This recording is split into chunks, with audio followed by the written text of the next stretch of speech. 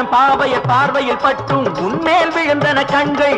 2000 ஆண்டுகள் தவம் இருந்தாலும் உன் போல் இல்லை பெண்கள்.